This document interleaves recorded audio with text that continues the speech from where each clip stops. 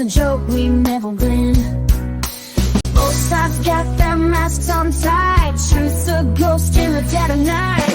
Falling in the circus stall, life for cloud, you've seen it all. And a world that's upside down, the beautiful dumpster fire down. Hey guys, it is Mo, and this is Politically Mo, and I've got about 4 stories to give to you that have a political leaning or I find interesting that are a little bit outside of the realm of my newsy news, Mo in the Deep End channel. So let's get into these. From the Post Millennial, 3 men were sentenced for plans to strike a power grid in the Northwest US. Well, isn't that special? Because we don't need electricity in the Northwest. I'm sure it'll be fine. The Department of Justice has sentenced 3 men to prison for their year-long plan to destroy a power grid in the northwestern United States. The extremist suspects were connected to a neo-Austrian painter of the 1930s group, a paramilitary group that studied at length how to take out power substations using automatic boomsticks in Idaho and surrounding states. Well, they sound like lovely people to go to Waffle House with. The problem with this, and I think that the real issue, at least for me as an average citizen, I have been lied to. I have seen the double standard that the Department of Justice has used for parents that want to go to school board meetings, for a father who, wanted to speak out about his daughter's assault in a school board meeting and got, basically tackled by local police and then put on a list.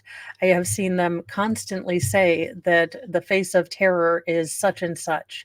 I have seen them wield power indiscriminately and with double standards. And I find that this is the problem, that the Department of Justice, the FBI, and all of these letter agencies have lost their credibility.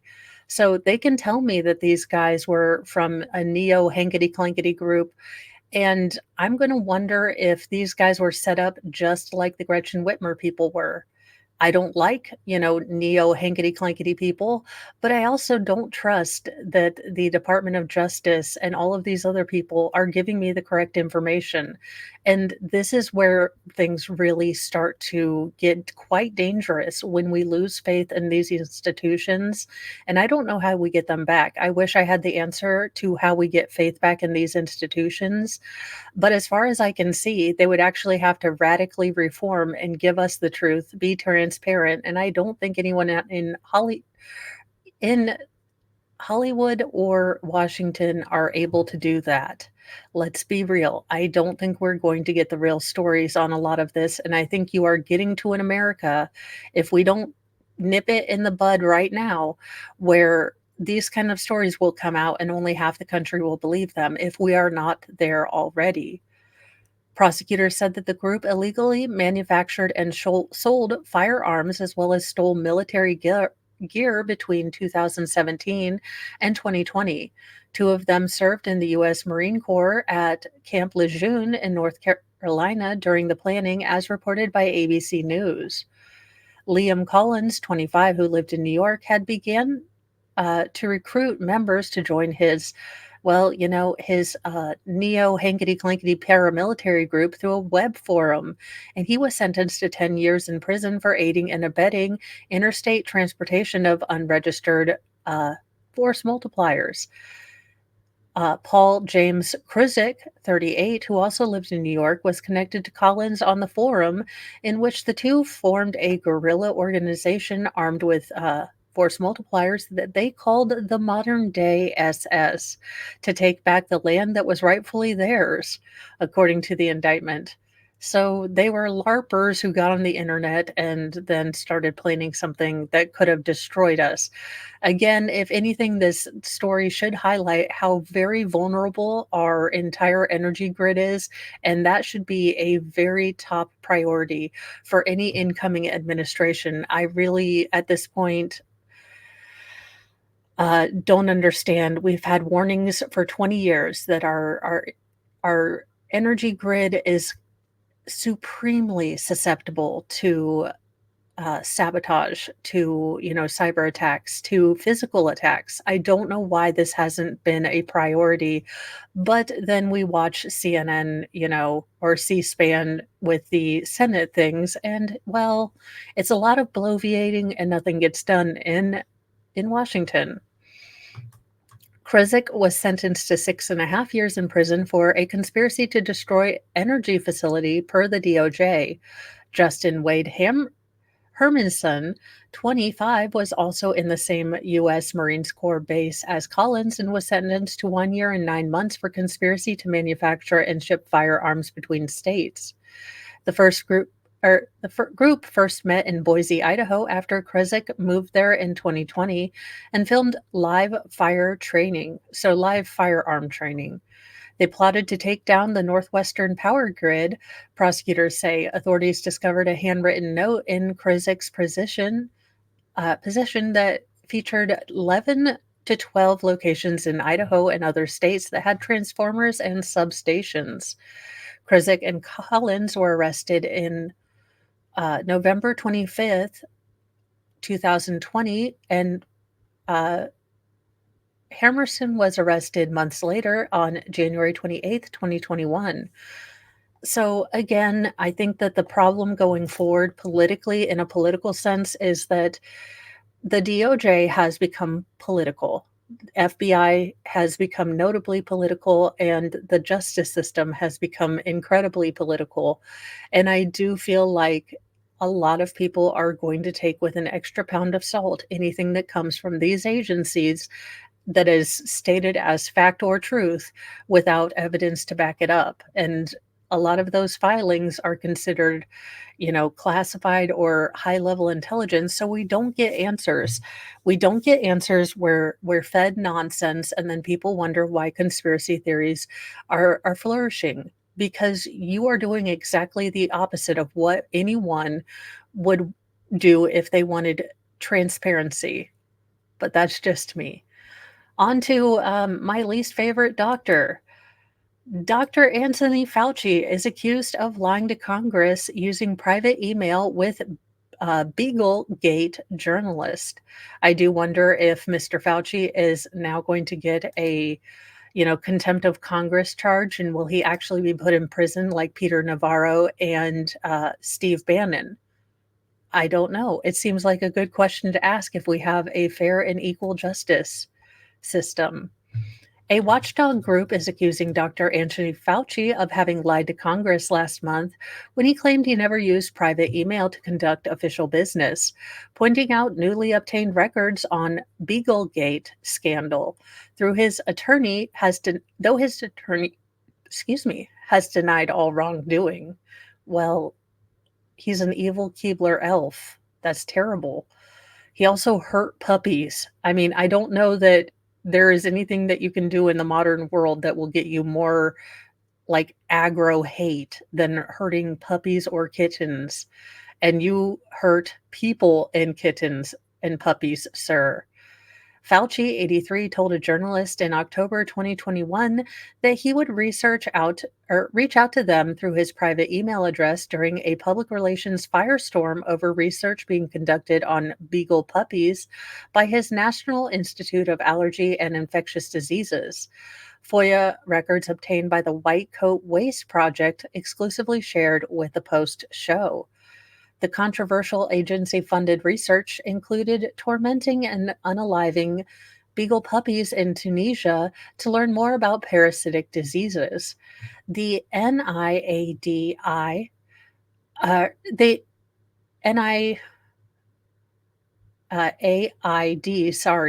denied involvement, but Fauci confirmed this year that his agency indeed approved the grants for those experiments.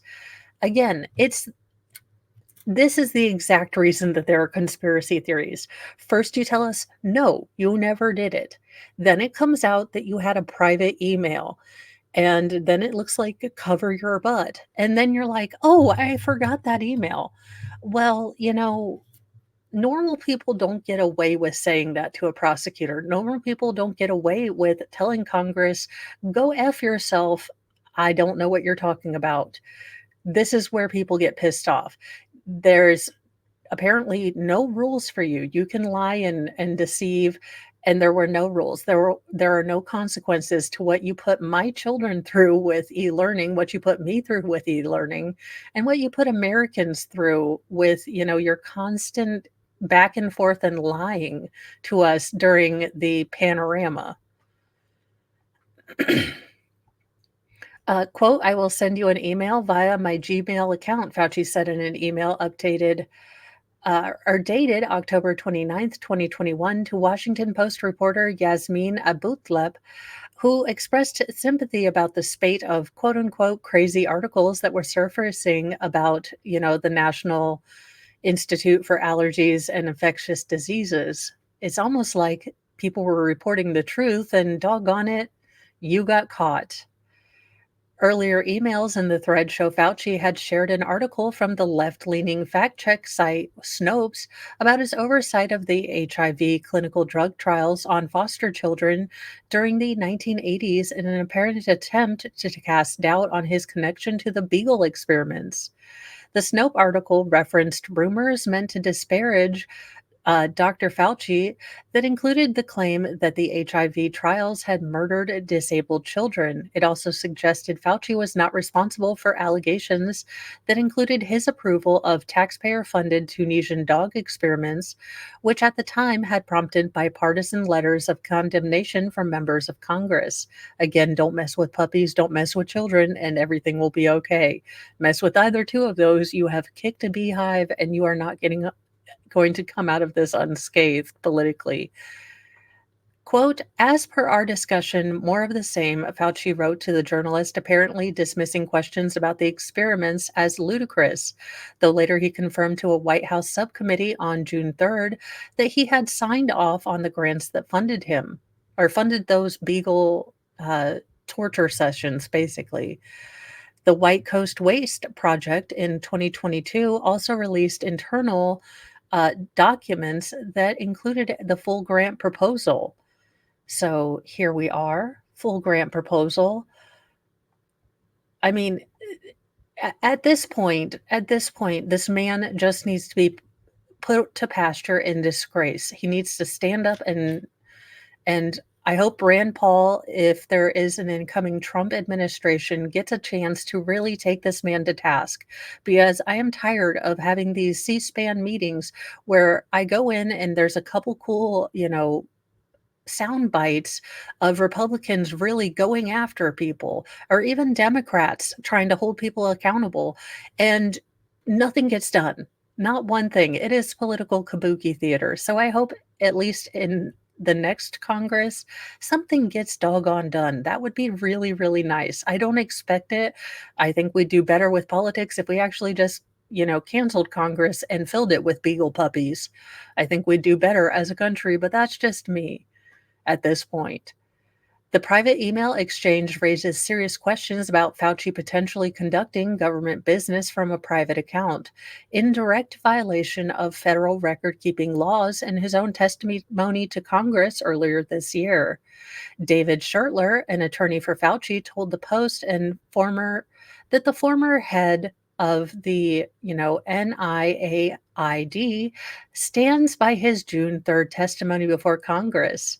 The email to which you referred involved a personal matter and not a matter related to government business, said Schertler, who is also representing convicted Senator Bob Menendez's wife, Nadine Menendez, in a sweeping federal corruption case. Well, this lawyer can really pick his clients, can he? I mean, I guess in Washington you have no dearth of people needing your legal help. For that reason, Dr. Fauci used his personal email account to communicate about the matter. But the White Coast Waste Project founder and president, Anthony Bertolli, told the Post that this email was proof that Fauci broke federal law. Quote, we have followed the money, exposed how Fauci lied under oath about not funding gain of function at the Wuhan Animal Lab, and that he lied about not bankrolling beagle torture in Tunisia, and now that he broke federal law by using his personal email to evade FOIA requests about Beaglegate, and secretly communicated with a Washington Post reporter who then published NIH disinformation to protect him and discredit us, Bertolli told the Post. Fauci's the poster child for a government corruption, and Congress needs to hold him accountable for his abuses, which carry criminal penalties, including fines and jail time. Representatives for the NIAID did not respond for a request for comment, nor did Abluta. In a fact check last month on the Beagle experiment, Washington Post showed that the NIH project in Tunisia was scrubbed from the grant database weeks after members of the press began inquiring about it in 2021 as a result of White Coast Waste Project unearthing the experiments. Fauci asked the NIAID staff for details of the grant later in October. One of the agency's employees later pressured the journal that published the study to remove its affiliation, according to internal documents obtained by White Coat Waste, reported on by the Washington Post. Representatives for the NIAID later said it funded a separate but similar study involving sandflies. It was a gross experiment. These puppies basically got their vocal cords snipped so they wouldn't whine and howl as these fleas that bite you, that sting you, that hurt immensely and are filled with parasites would bite them on their heads.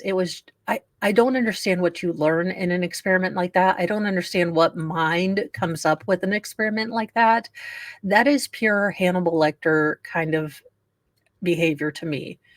I mean, and again, these are all my opinions. I'm a crazy lady with fake red hair who wears wigs on the internet. But as a normal US citizen, this is bananas and terrible and beyond reprehensible to me. The admission came in, let's see.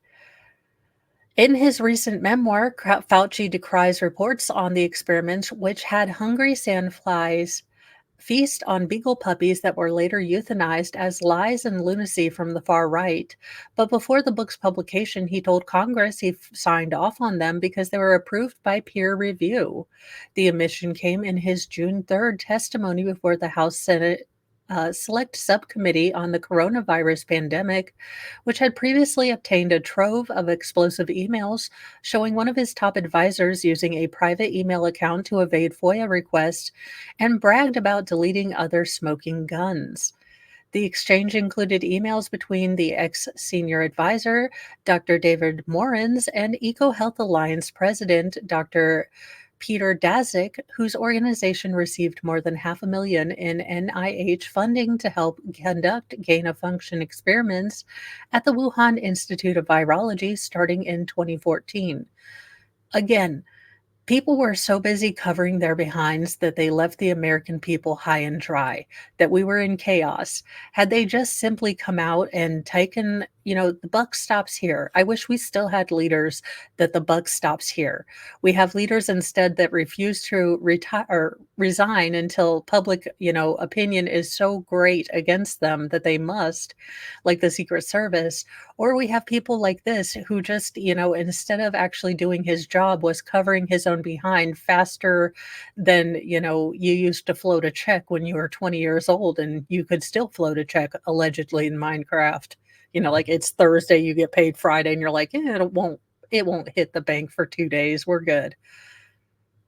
I never did that. Police officers and children don't do that. They now have InstaCheck, and you probably don't even know what a check is. It used to be this little piece of paper. You would write things on it in cursive, and then people would pretend it was money. It's an interesting thing.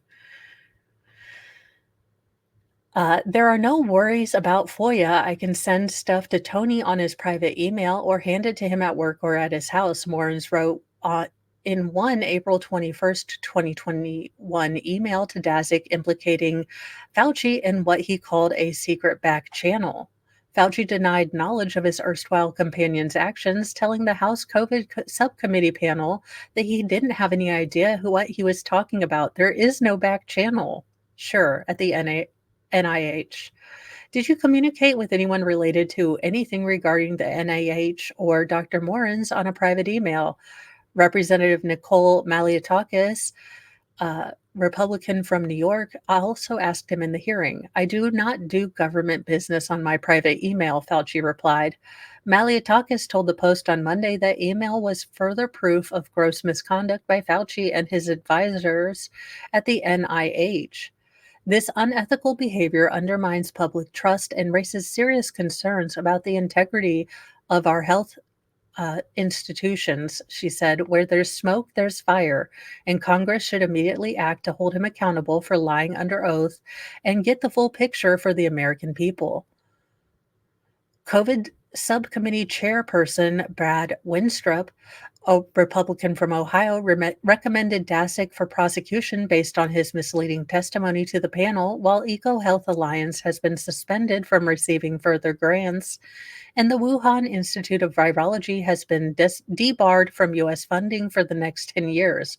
Well, that'll show them. I'm glad they got to shut down the entire world for a year and a half to almost 2 years, and you're not going to fund them for 10 years. That'll show them. The Manhattan-based nonprofit has denied it helped gain-of-function experiments at the Wuhan lab or failed to comply with terms of its NIH grant. Morens, who served as Fauci's top advisor from 1998 to 2022, is currently on leave and is the subject of an internal NIH investigation for his FOIA evasions and alleged deletion of federal records. Winstrup said he was potentially open to criminal prosecution as well. The House COVID subcommittee later demanded that Fauci's attorneys also hand over any personal email and cell phone records that pertained to COVID origins after Moran's conduct came to light, but his attorneys informed the panel that they had no documents responsive to the request. X to doubt, all the X's to doubt. A former federal investigator told the Post that the White Coast Waste FOIA production justifies inquiries into Dr. Fauci's potential use of personal email to conduct NIH official business. So, Dr. Fauci being a gremlin liar again. Who is shocked? Not many of us. Well, Fauci decided to take the bite out of puppies, and this Democrat decided to take a bite out of police officers. A Democratic council member who allegedly chomped on police officer's arm blames police brutality.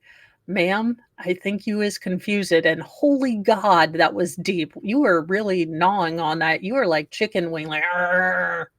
Okay. A Democratic New York City council member is now speaking out against the NYPD for brutality and Asian hate. Or were you resisting arrest and they had to forcibly decentralize you to get you to comply with their request for you to, I don't know, get under arrest or be detained? You acted like a crazy person and they had to restrain you. Excuse me. And then suddenly it's the police that are wrong. I mean, that's what I'm guessing is going on in this, but let's see here. Susan Zhang was arrested for allegedly biting a deputy police chief during a protest against a proposed homeless shelter in her Brooklyn district. She was charged with a felony count of assault in the second degree, plus misdemeanor charges of assault, unlawful assembly, obstruction of government administration, and resisting arrest. The excessive force by the NYPD was not necessary. I was very disappointed. There's no room for brutality or mistreatment of citizens by any officer.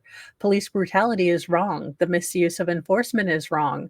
The act of physical violence against innocent citizens is wrong, Zhang said in a statement last week. Many members of the Asian community have been subject to excessive enforcement and mistreatment by our NYPD. Asian hate has in any form must end. Do we really want to talk about Asian hate and the community most responsible for attacks on Asian citizens? Because I don't think it's the NYPD. I mean, I could be wrong, but I have seen TikTok videos. Now, are you just throwing up the cloak of Islamophobia to stop any real relevant attacks on the behavior you might have been displaying at that moment? because I'm guessing the body cam is going to come out. And my guess is you are going to sound like the Tempest Shrew of America. I think you are going to come out not looking great, ma'am. This is my solid hypothesis is that you are probably going to be on those body cams. I don't know, harassing the police, interfering with an investigation. They were likely dealing with another protester, and you decided you were going to go in and take a bite out of the police, I guess. Defund the police one bite at a time, I guess. The council member claimed she was trying to help an elderly woman who had become stuck in a barricade at the time of the arrest. Quote, I tried to help her and was approached from behind. Two officers cuffed me, each hand. One officer was pulling my hair and another officer grabbed my neck, she claimed. During an interview with Fox 5, Zhang broke down in tears, claiming that the 80-year-old woman she was trying to save reminded her of her grandmother, and she showed where her arms were bruised. A photo released of the deputy chief who was chomped, Frank DiGiacomo, showed a bloodied bite mark in which the deeply penetrated his skin. At the time of her arrest, Zhang was protesting the construction of a planned homeless shelter in her Brooklyn district. Activists argued it would hurt public safety and advocated instead for public housing or affordable housing to be built on the site.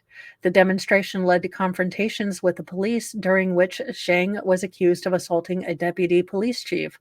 I do love the NIMBYism of these people. So again, if you are on, let's say, the more leaning, liberal, help people sort of side, it's amazing that they would be upset about the opportunity to have a homeless shelter. You think tolerance, care, and love would be all about that, but not in their neighborhood. Oh, no, no, no. We want all of these things. We want drug treatment centers. We want safe injection sites, all of these things, but not in our neighborhood. Look, not where it's going to affect our safety. Put it in their neighborhood. You know, they don't believe the right good things. Let's put it in their neighborhood to teach them, to educate them. That is the most insufferable hypocrisy that I think I deal with on a daily basis is people that are like, no, no person is illegal. Okay, then take a migrant into your home. This is not a NIMBY thing.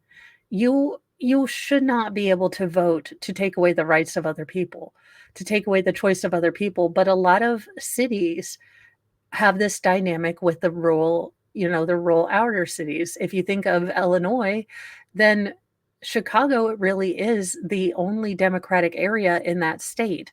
And it dictates a lot of the, policies that the rest of the state does not want to live under. It's a whole bunch of NIMBY people living in the city that wanna tell people in the country how to do things, and they've never been to the country. I don't think we have so much of a split between left and right. What I think we have a split in is country people and city people. City people demand that the government do for them.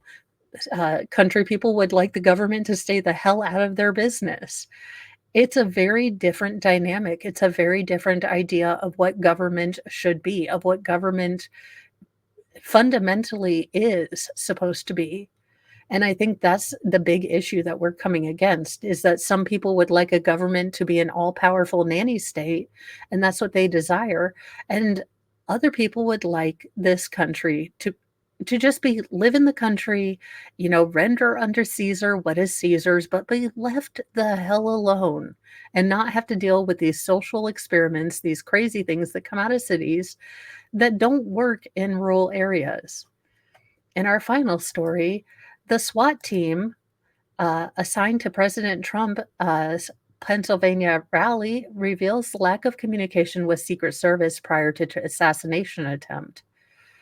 I do like that the local SWAT team, the local officers are getting a chance to speak, are speaking out, because I think we are going to get a more fulsome picture of what was going on from these, not federally linked people than we are going to get from the federal investigations investigating themselves. Because, because it's just a normal day in Washington. We're going to investigate ourselves. I'm pretty sure that'll work, right? Maybe. The Pennsylvania SWAT team assigned to protect former President Donald Trump during his rally in Butler, Pennsylvania, revealed they had no contact with Secret Service agents responsible for the event's security in advance of the shooting. In an interview with ABC News, marking the first time law enforcement personnel at the event spoke publicly about the incident, SWAT team officer Jason Woods shared that his team was never briefed by the Secret Service despite initially being told they would be. We were supposed to get excuse me, we were supposed to get a face-to-face briefing with the Secret Service snipers whenever they arrived, and that never happened, Woods said. So I think it was probably a pivotal point where I started thinking things were wrong because it never happened, Woods said. We had no communication. Woods further explained that he expected to have seen a greater coordination and communication between the Secret Service and his team in order to secure the event. A spokesperson for the Secret Service declined to comment on claims made by Woods.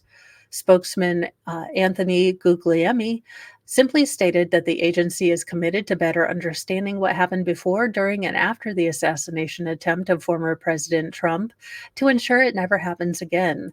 That includes complete cooperation with Congress, FBI, and other relevant investigations. And here's the problem: no one trusts you guys to investigate yourselves. I would trust the, ACRA guys in, the Karen Reed case before I trust the federal government to investigate itself because it seems to do a bang up job. We will know about the Kennedy assassination in 70 more years? Awesome. This revelation adds to the growing list of known concerns regarding the Secret Service's actions during the attempted assassination of Donald Trump. Secret Service Director Kimberly Cheadle, who resigned from her position after bipartisan support for her ousting, admitted in a congressional hearing to several operational failures by the agency. Cheadle acknowledged that the Secret Service had been informed multiple times about a suspicious person at the rally, who turned out to be a 20-year-old gunman, Thomas Matthew Crooks. The FBI confirmed that Crooks had managed to fly a drone about 200 yards from the stage just 2 hours before President Trump's rally started, presumably for reconnaissance purposes. State police officers also reportedly observed Crooks near the event grounds using a rangefinder, which measures the distance to a target once the rally started. Despite these reports, Crooks was able to gain access to a rooftop near the stage where Trump was speaking without being stopped. Okay, so we all kind of know this, but this local stuff is really getting in juicy. I think that we are going to get more solid facts for the moment from these local police officers who are willing to talk and clear their names, because right now they are being used as scapegoats by the federal agencies. So I think that this sort of infighting and covering of one behind might actually work out better for us, because we might actually get some answers. We might actually get some cohesive thoughts as to what was going on by professionals who maybe aren't on Secret Service levels, but have a great deal of experience in, policing and securing scenes and things like this. So I think that we are going to get a normal, everyday, average citizens kind of look. I mean, beyond the police training, but I think we are going to get a more normal and natural, not political BS, cover one's ass speak from these officers. And I want them to talk more if they can, because I think the only way we're going to get some answers is from these people and not the federal government right now. I can't tell you how frustrating those hearings were when nothing was answered and it was all bloviating about politics and other things that had nothing to do with this attempt. So I really do hope that we see some forward momentum, but I am not quite confident that's going to happen just yet. I do hope, I remain hopeful, but there you have it. Thank you for watching. I hope you had a great day. If you like non-political, just breezy, sort of odd news stories, check out my other channel, Mo in the Deep End. I do Newsy News, which is all of the crazy news stories without the politics or war stuff for the most part. just oddball stories and other things, true crime sort of stuff. I do that every morning, every weekday morning, and then Monday, Tuesday, or Thursday, I do nightly newsy news with Mo at 7 p.m. Eastern Daylight Time. And it's just, again, another stream of about an hour that I do a bunch of news stories that I find. You might want to check that out. I should be adding more stories to Politically Mo. Thank you for joining me over here. I am just a politically jaded homeless person who wants to rant on the internet. Welcome to the home of the politically jaded. Politically Mo for you. Bye.